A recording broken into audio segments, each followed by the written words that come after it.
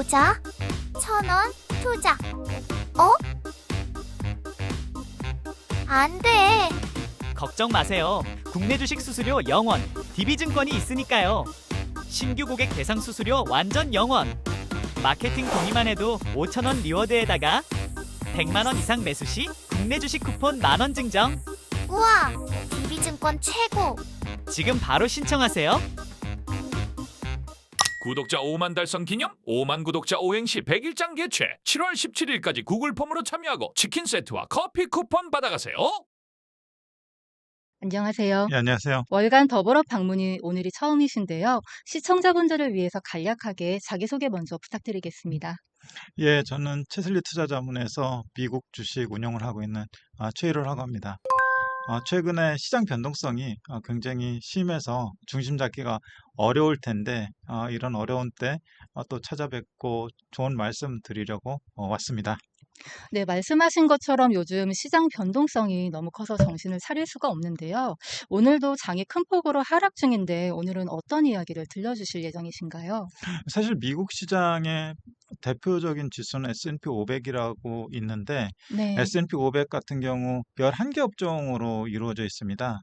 그런데 우리가 최근에 보는 지수는 필라델피아 반도체 지수를 주로 보거든요. 네, 왜냐하면 국내에서도 삼성전자 하이닉스가 굉장히 핫하기 때문에 같이 동행 관계를 가지고 있는 필반 지수를 많이 보는데 필라델피아 반도체 지수가 최근 이틀간 10% 이상 하락을 했습니다. 네.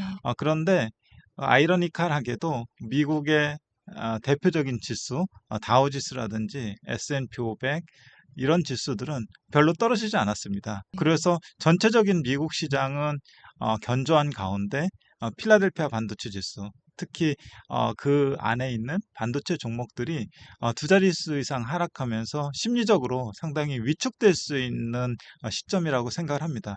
근데 그것도 그럴 것이 필라델피아 반도체 지수가 연초 이후에 한 100% 이상 올랐거든요. 그리고 S&P 500 좀 전에 얘기했던 미국을 대표하는 지수 같은 경우는 한 7, 8%밖에 안 올랐습니다. 그래서 너무 많이 올라서 조정을 좀 받는 구간이라고 보시면 될 것 같습니다. 최근에 메타 관련한 이슈가 굉장히 핫했는데요.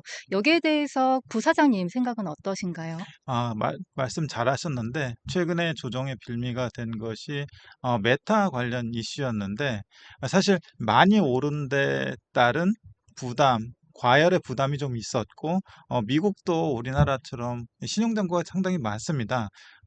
그런 상황에서 메타가 조정의 빌미가 됐다고 보면 될 것 같은데요.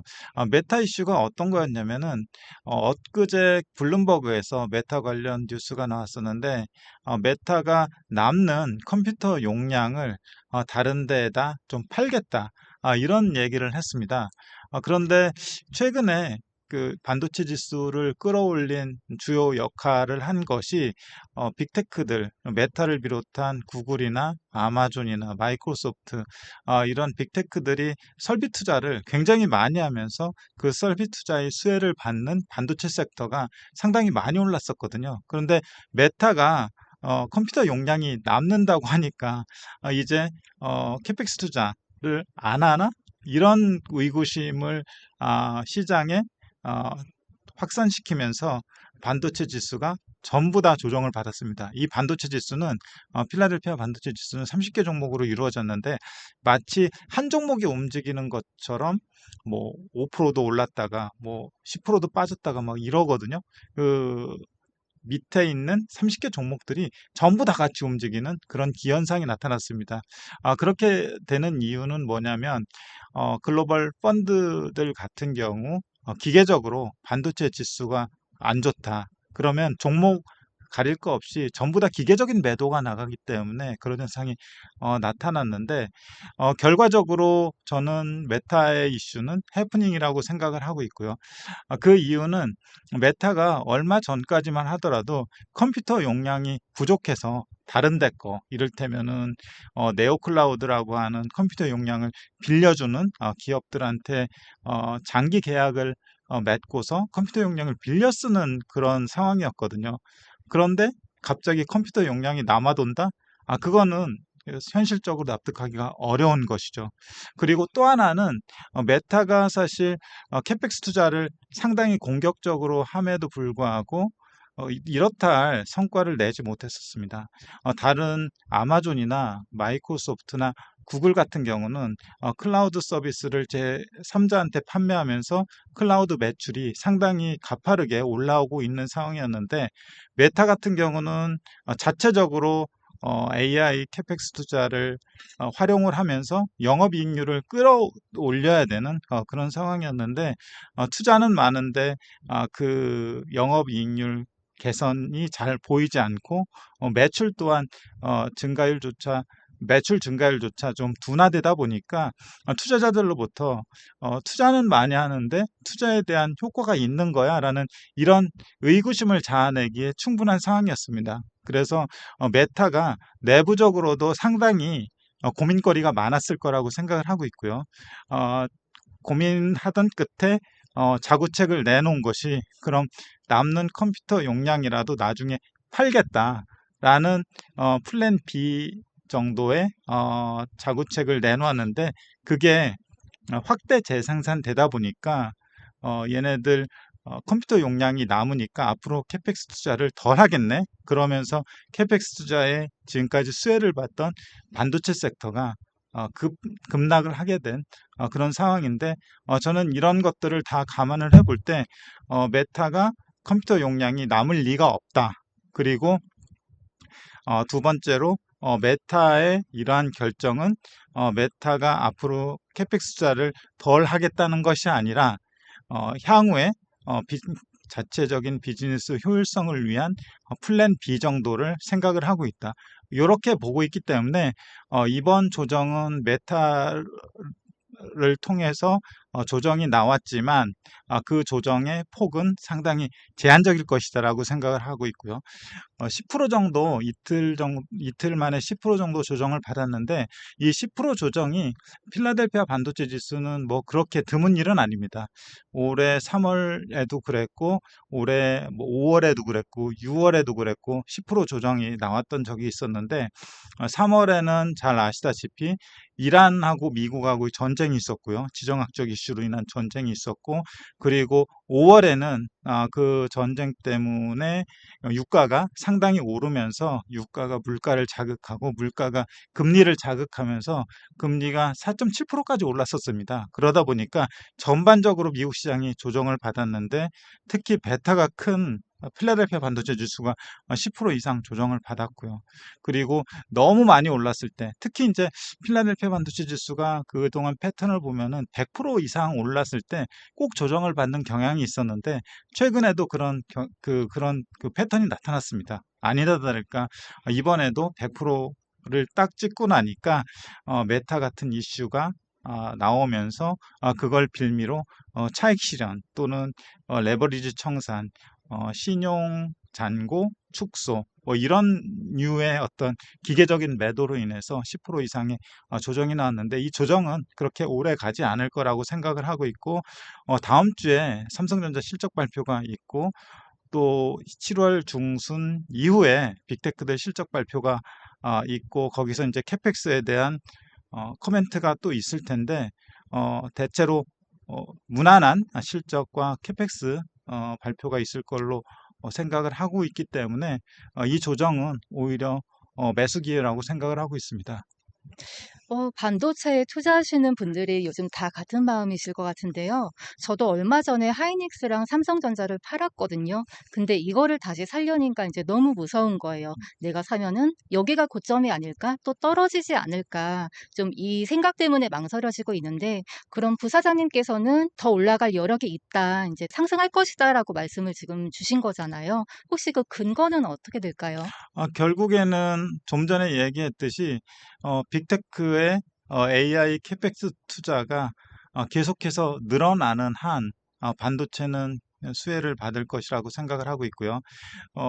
캐펙스가 계속해서 우리가 생각했던 것보다 훨씬 더 큰 규모로 증가를 하고 있습니다. 그 가운데에서 가장 많은 부분을 그래도 꽤 차지하고 있는 부분이 메모리 부분이고요. 그 메모리가 지금 부족하다 보니까 가격이 계속 올라가고 있고, 그로 인해서 어, 가격 가격 상승으로 인해서 얼마 전에 이제 마이크론 테크놀로지의 실적 발표가 나왔지만 매출이 증가하고 영업이익률이 계속해서 개선되는 그런 모습들이 관찰이 되고 있기 때문에, 이러한 메커니즘이 계속해서 일어나는 한 메모리를 비롯한, 그리고 메모리의 병목을 해소하기 위한 최근에 투자 발표도 계속 일어나고 있잖아요. 네. 그러면서 장비주들까지 수혜를 받는 반도체 밸류체인 전반에 걸친 수혜가 지금 확산되는 현상이 올해 3월 이후부터 계속 일어나고 있는데, 이러한 추세는 계속 진행될 거라고 보고 있고요. 핵심은 빅테크들의 캐펙스 투자라고 생각을 하고 있습니다. 혹시 준비해 주신 자료가 있을까요?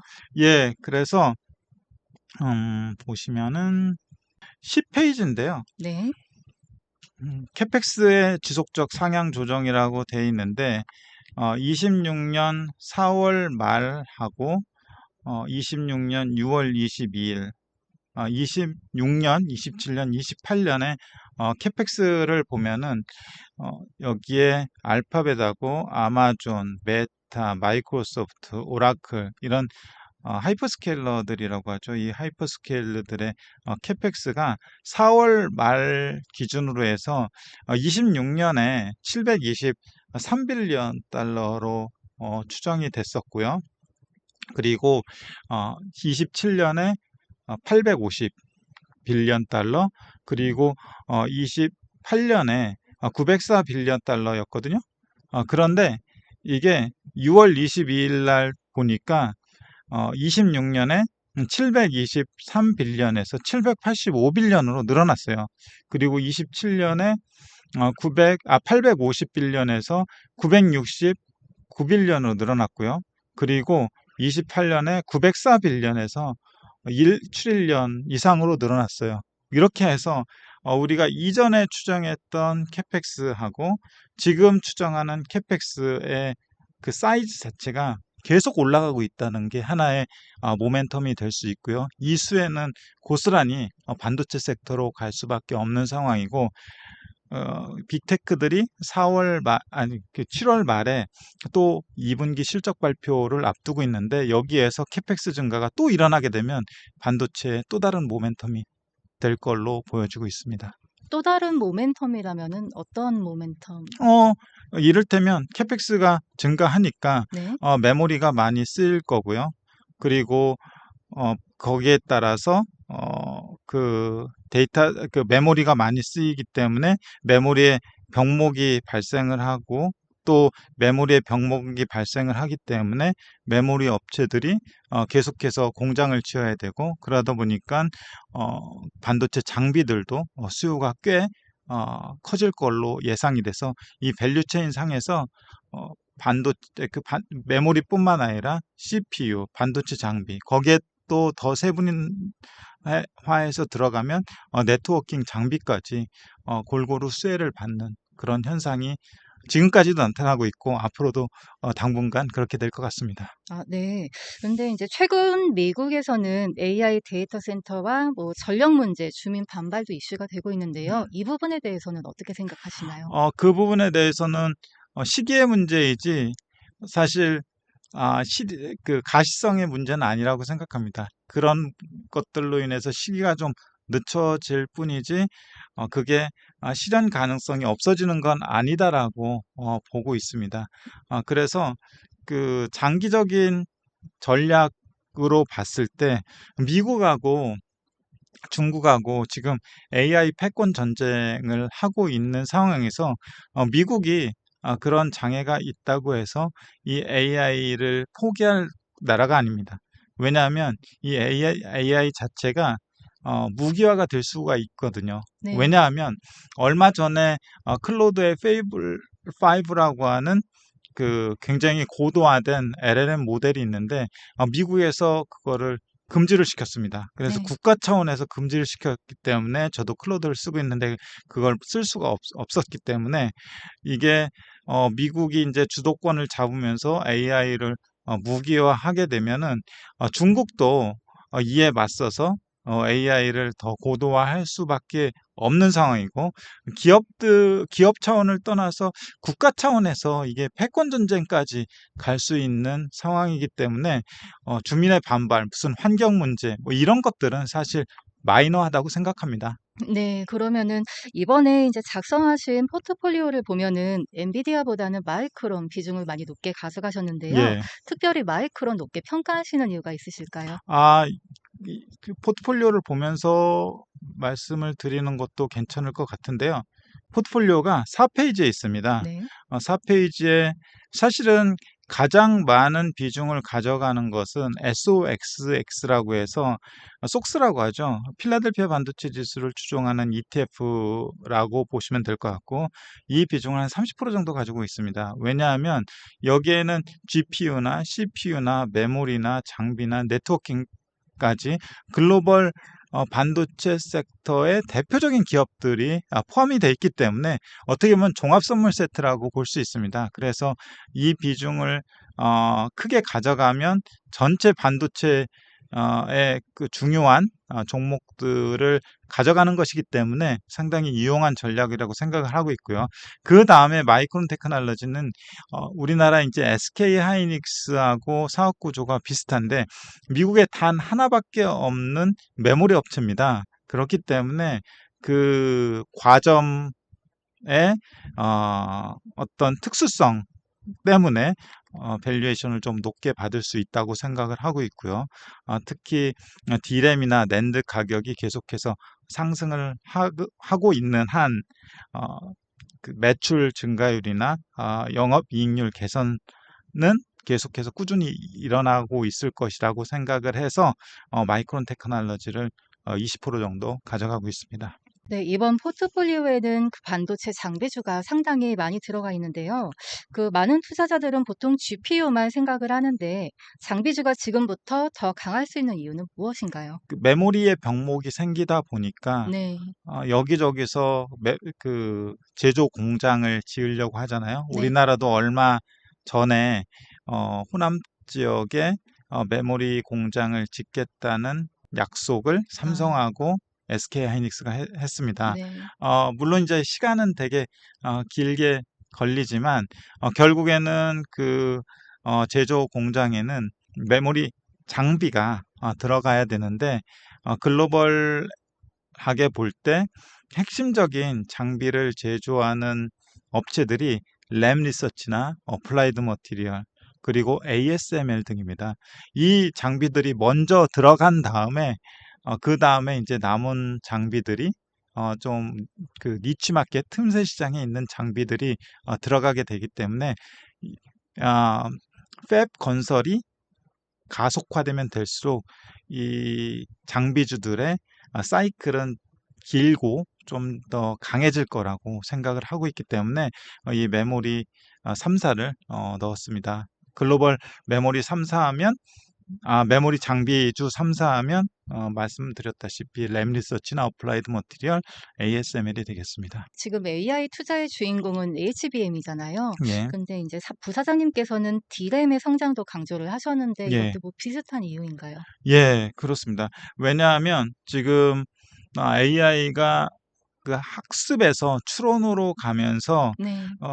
이를테면 CPU의 중요성이 네. 더 강화되고 있고 이럴 때 전체적인 AI의 어떤 렉 구조를 보면은 GPU에 딸린 것이 HBM이고 네. CPU에 딸린 것이 D램인데 앞으로 추론 쪽으로 가면서 CPU의 역할이 점점 강화되고 있습니다.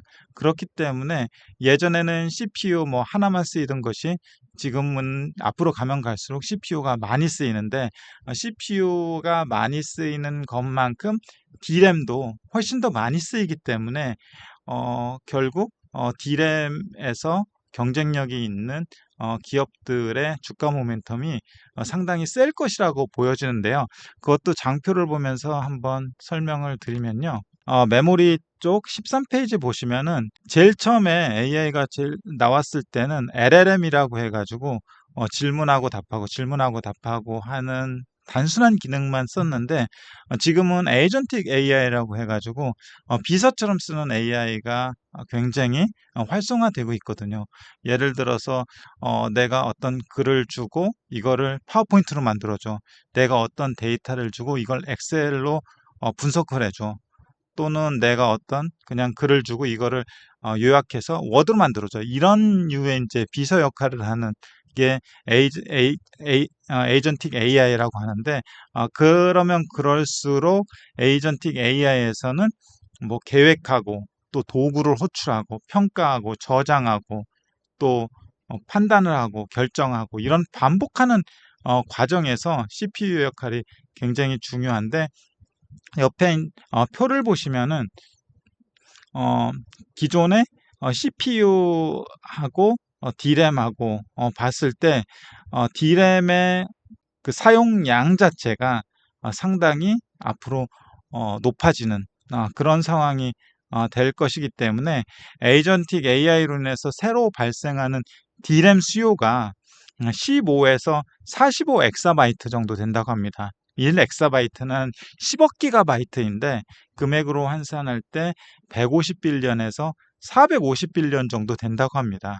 그런데 2030년까지 좀 전에 이제 서버에서 CPU 역할이 중요하다고 했는데 CPU는 그 에이전틱 AI로 인해서 100빌리언 정도인데 에이전틱 AI로 인해서 추가되는 규모가 32빌리언에서 60빌리언 정도인데 D램 같은 경우는 새로 발생하는 수요가 150빌리언에서 450빌리언이니까 CPU보다 몇 배 더 많은 수요가 에이전틱 AI로 인해서 발생을 하게 되는 거죠.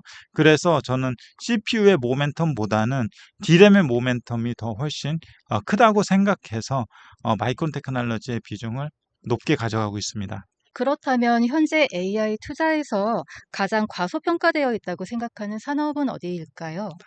가장 과소평가되고 있는 산업은 역시 메모리인 것 같습니다. 네. 왜냐하면 메모리가 사실은 그 시클리컬이라고 해가지고 호황과 불황을 겪게 되는데 불황일 때는 공급량이 굉장히 작고 호황일 때는 설비 증설을 막 하다 보니까 공급 과잉이 생기고 이런 그 사이클을 반복했는데 이번에 AI 사이클에 있어서는 그 기간이 조금 더 사이클 자체가 길게 갈 것 같은데 많은 사람들이 결국에는 메모리 사이클은 시클리컬이다.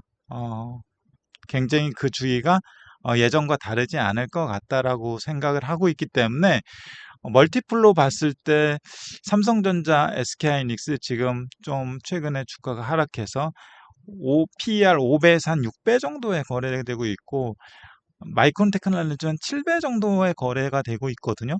그런데 아까 좀 전에 말씀드렸던 램리서치나 어플라이드 머티리얼 그리고 ASML 같은 경우는 대체로 30배에서 50배 사이에 거래가 되고 있습니다. 근데 메모리 같은 경우가 시클리컬로 치부되는 물론 최근에 그 밸류에이션 할 때 다른 방법을 쓰기도 하지만 아직까지 많은 사람들의 뇌리 속에는 호황과 불황을 아주 과격하게 겪는 그런 시클리컬 섹터로 고정관념이 박혀 있기 때문에 과소평가 받고 있지 않나라고 생각을 합니다.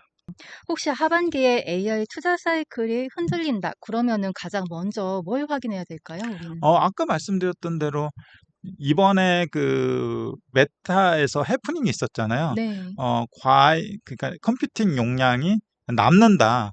이러면은 상당히 캐펙스 투자가 앞으로 줄어들 가능성이 있잖아요. 네. 그럼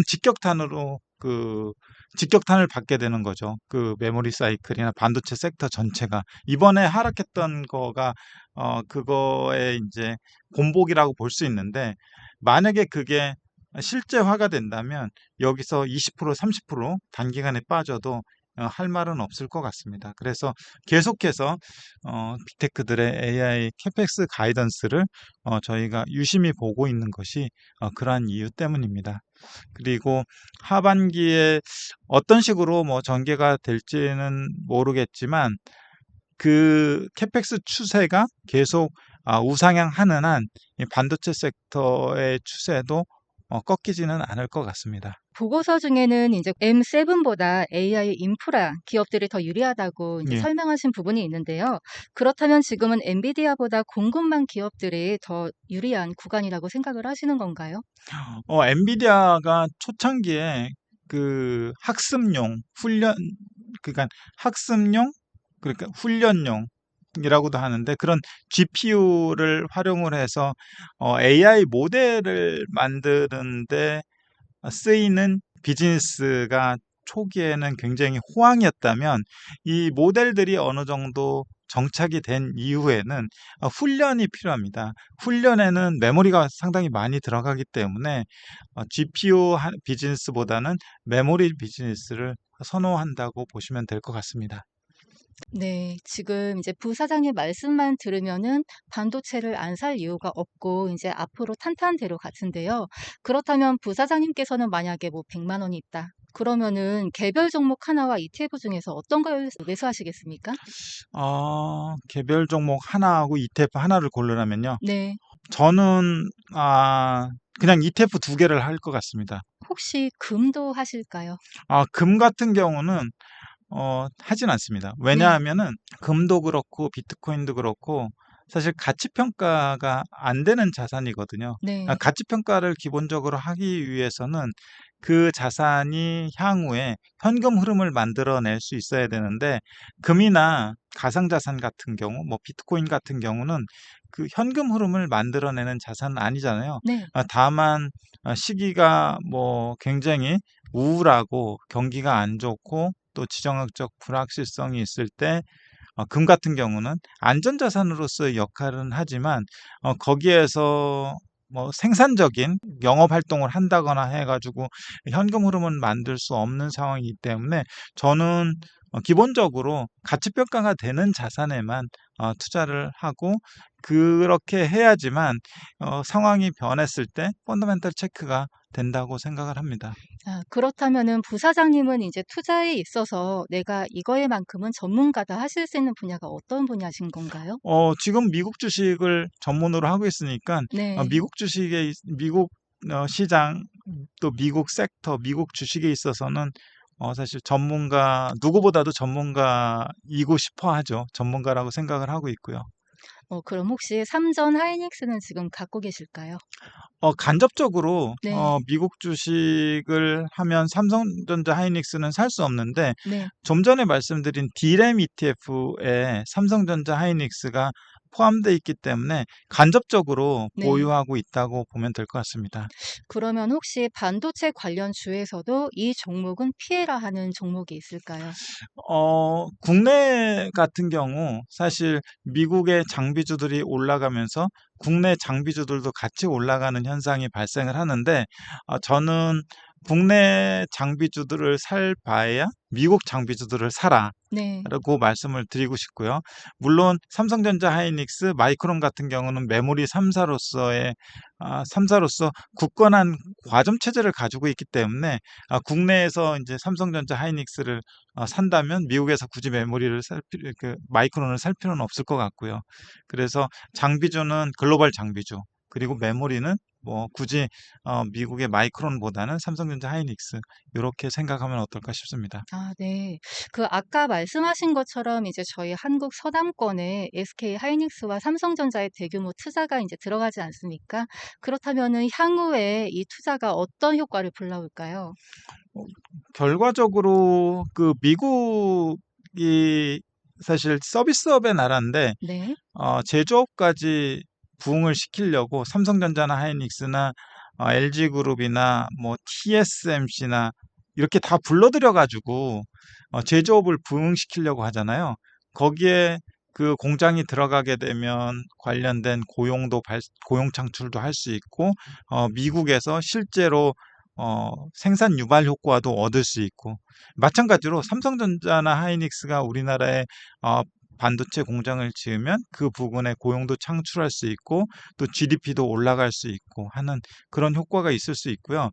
그리고 보면은 이제 환율 자체가 상당히 지금 높은 편이잖아요. 네. 1,500, 뭐 40원, 50원 이럴 것 같은데, 결국 우리나라 GDP 성장률을 끌어올리는 역할도 할 것 같습니다. 그래서 예전에 보면은 우리나라가 뭐 한 80년대 보면 한 9%, 10% 경제 성장률을 할 때도 있었는데, 그때 보면은 미국은 이제 2, 3% 정도의 경제 성장률로 계속 꾸준히 이어졌었고, 그러니까 경제 성장의 모멘텀이 강할 때는 원화가 굉장히 강세로 갔었는데, 지금 최근 몇 년 동안 보면은 오히려 미국보다도 경제 성장률이 떨어지는 경향이 있었거든요. 그 결과로 나타나는 것이 이제 원화 약세였는데, 제가 볼 때는 만약 우리나라 제조업 자체가 그런 생산 유발 효과로 인해서 GDP까지 끌어올린다면은 우리나라 원화도 좀 강세로 가지 않을까 하는 생각이 있습니다. 아, 네. 그 미국 주식이기 때문에 연준 얘기를 또 빼놓을 수가 없는데 케빈 워시 의장이 취임을 했지 않습니까? 근데 생각만큼 시장의 기대만큼 이제 시원하게 금리를 내리진 않을 것 같고 지금 금리 인상 사이클 얘기가 나오기도 하는데 혹시 이 금리에 대해서는 어떻게 생각하실까요? 결국 금리는 정책금리하고 정책금리에 따라서 움직이는 이 시장금리인데, 정책금리 같은 경우는 케빈 하시 스탠스로 봤을 때는 데이터를 그때그때 보고 결정을 하겠다라고 했는데, 결국 데이터는 물가 지표하고 고용 지표가 될 거거든요. 고용 지표 보면은 어제 비농업 고용자 수 나왔지만 이전보다도 좀 굉장히 슬로우하게 나왔고요. 실업률 같은 경우는 4.2%로 낮아 보이긴 하지만 경제활동 참가율이 좀 굉장히 좀 줄어들면서 고용도 적고 해고도 적고 이런 측면이 있거든요. 그래서 미국의 고용이 그렇게 썩 좋다고는 볼 수는 없습니다. 그리고 이전에 물가가 유가에 의해서 높아지는 경향이 있었는데, 유가가 지금 좀 떨어지고 있잖아요. 네. 그래서 이전에 FMC에서 케빈 오씨가 호키시한 스탠스로 얘기를 했다고 하는데, 저는 그렇게 생각하지 않고요. 그때그때 데이터를 보고 결정을 한다면 금리 인상은 아닐 것 같고요.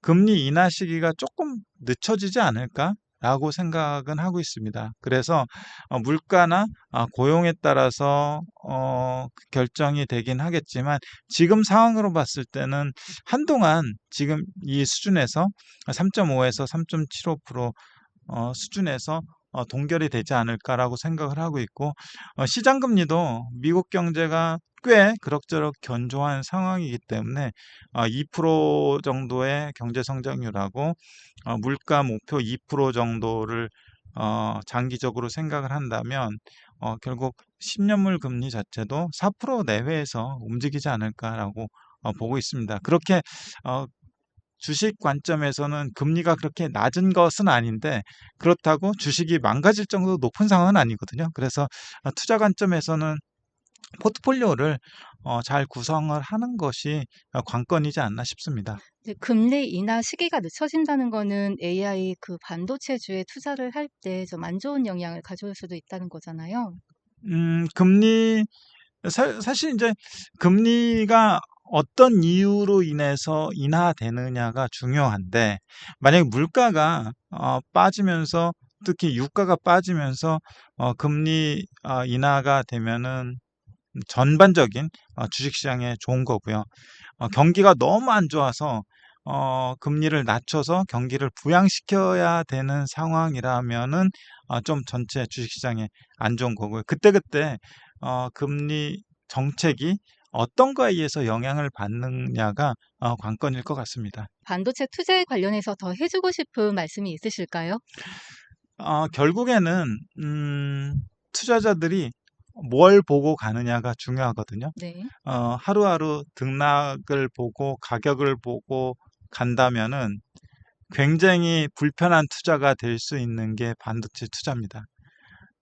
그런 반면에 좀 긴 시계에서 AI가 LLM 모델에서 에이전틱 AI 그리고 피지컬 AI 결국 로봇이나 자율주행 쪽으로 간다면은 엄청난 데이터가 필요할 거고 그 엄청난 데이터를 컨트롤하기 위해서는 엄청난 메모리가 필요할 겁니다. 그런데 메모리가 턱없이 부족합니다. 장비 수요가 훨씬 더 세질 거고 그렇게 그 완전한 AI로 가기 위해서는 상당한 시간이 걸릴 거고 그 시간까지 반도체 수요가 계속해서 늘어날 수밖에 없는 구조라는 것을 염두에 두고 하루하루 이렇게 흔들리는 변동성에 너무 민감하게 대응하지 않으셨으면 하는 그런 바람입니다. 사실 투자하시는 그 분들 중에서 이런 분들이 계실 것 같아요. 나는 투자에 소질이 없는데 지금 반도체가 어쨌든 장기적으로 우상향할 것 음, 같으니까 난 반도체만 잡고 따라갈 거야. 음. 이런 분들이 계실 것 같아요. 근데 투자에 대해서 잘 모르실 경우에는 어떤 정보를 좀 유심히 보면 도움을 받을 수 있을까요? 결국에는 AI 방향성이나 AI 추세에 대해서 조금 더 관심을 갖고 일단 소액으로라도 대표적인 주식들 우리나라 두 개 있지 않습니까? 네. 그걸 조금 사 놓고 있으면은 그래도 관심을 갖게 되잖아요. 네. 그리고 조금 더 내가 그 주식들에 대해서 또 AI 방향성에 대해서 반도체 섹터에 대해서 조금 더 알게 됐다. 그러면은 조금 더 비중을 계속해서 분할로 늘려가는 방법도 하나의 좋은 수단이라고 생각을 하고 있습니다. 그 부사장님께서는 혹시 이제 자료 수집하고 연구하실 때 어떤 사이트들을 주로 보시나요? 결국 그 미국 주식을 하기 위해서는 네. 모두가 보는 블룸버그 단말기가 있는데 어. 거기에는 각종 그 시장 데이터, 섹터 데이터, 그리고 기업 데이터가 있고요. 필요할 때마다 계속해서 찾아보고 있고 반도체에 대해서 뭐 제가 기술적인 어떤 엔지니어가 아니기 때문에 어려운 기술 용어가 나올 때는 챗GPT라든지 클로드라든지 이런 것들을 굉장히 많이 활용을 하고 있습니다. 블룸버그는 되게 전문적인 매체잖아요. 음, 혹시 이제 투자 전문가가 아니라 일반인들이 음. 참고할 수 있을 만한 좀 쉬운 사이트가 있을까요? 그런데 요즘 같은 경우는 AI가 굉장히 잘 발달돼 있어서 미국 주식을 하려면 꼭 영어를 잘 알아야 된다는 그런 강박관념이 있잖아요. 네. 근데 요즘 웹사이트 가서 우클릭만 하면은 한국어로 번역 뭐 요런 요런 것 기능들이 잘 돼 있기 때문에 그래도 인제 쉽게 접근하려면 미국 시장을 쪼끔 알아야 된다는 입장에서 말씀드리자면 월스트리트 저널 같은 거를 하나 정도 구독하면 좋지 않을까 싶습니다. 해 봐야 그냥 월에 10,000원 정도거든요. 네. 커피값 2잔 정도니깐 고거 구독하면서 거기에 인제 나오는 미국 시황이라든지 특히 반도체 시황이라든지 기업이라든지 뭐 다른 섹터들 쪼금씩 흥미를 붙여가시면은 좋지 않을까 싶습니다. 네. 투자의 길은 정말 쉽지 음. 않은 것 같습니다.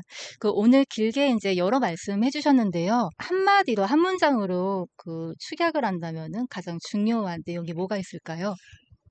결국에는 뭘 보고 가느냐. 네. 근데 내가 보고 가는 지향점이 어떤 것인지를 설정을 하고 어 내가 투자를 했을 때 그 지향점 하에서 내가 처음에 가졌던 투자의 근거 자체가 깨졌는지 깨지지 않았는지 그것이 굉장히 중요할 것 같습니다. 이를테면 반도체 투자를 할 때 제가 아까 말씀드렸듯이 캐펙스 투자의 규모가 계속 늘어나는지 안 늘어나는지 저는 그걸 어 게 정말로 중요하게 보고 간다고 했었잖아요. 네. 어 투자자들마다 중요하게 생각하는 포인트들이 있을 겁니다. 그 포인트들을 꽉 잡고 가면서 그것이 훼손됐는지 훼손되지 않았는지 훼손될 만한 시그널이 나오는지 안 나오는지 그리고 그 시그널이 훼손될 만한 시그널이 안 나왔다면 주가 흔들림에 너무 민감하게 반응하지 말고 계속해서 그거를 이제 기회로 삼아서 대응하는 것이 좋다고 생각합니다. 그 마지막으로 한 가지 질문을 드리고 싶은데요. 앞으로 6개월 동안 뭐 지금은 잘 나가지만 이 종목은 경계를 해야 된다 하는 종목이 있으실까요? 결국 그 우리나라 시장은 작기 때문에 수급이나 심리적인 이슈에 굉장히 휘둘리기가 쉽거든요. 네. 중소형주 단에서 움직이는 실적이 안 나오는 종목들 있잖아요. 그런 것들은 지양해야 될 것 같고요. 네. 되도록이면 큰 종목들, 대표 종목들로 투자를 하시는 게 좋다고 생각을 합니다.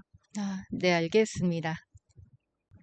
네, 여기까지 긴 시간 동안 말씀 들었는데요. 지금까지 채슬리 투자자문의 최일호 부사장님과 함께 했습니다. 오늘은 여기까지 듣겠습니다. 감사합니다. 감사합니다.